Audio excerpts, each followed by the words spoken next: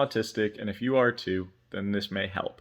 We talk a lot in our communities about low versus high functioning autism. You hear it from people all the time. If you look put together, you have a job, maybe you have a career, maybe you have a partner, maybe whatever the case may be, you're high functioning. People you may tell that you're autistic may say, you're not autistic, you're not low functioning. Like, you get through life on an easy day-to-day basis.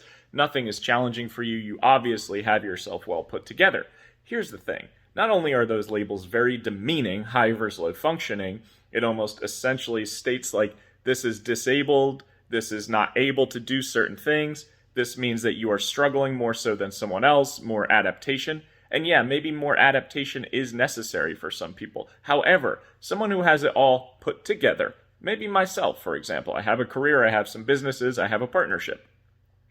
They don't see the other side of the coin where like so much energy goes into that masking process to show up, to be that person, to be quote unquote successful. The other side of it is exhaustion, autism, burnout, depression, deep, dark, like sleeping for days or watching shows mindlessly over and over and over again, not wanting to socialize, not wanting to connect with people outside of like the office. So that would be the other side of like someone who is quote unquote labeled high functioning. Now, if we think about someone who struggles with speech and needs adaptation, what if they really just needed to find that tool that helps them so that they can get through life and use that adaptation so that they can do everyday tasks, so that they can write, so that they can communicate? Like, that means on the other side of the coin, again, that person may have really high levels of intelligence, but the inability to process certain information or communicate, that does not mean low functioning. It just means we live in an ableist society where they haven't been given the tools that they need to be able to get through their day-to-day to the best of their abilities.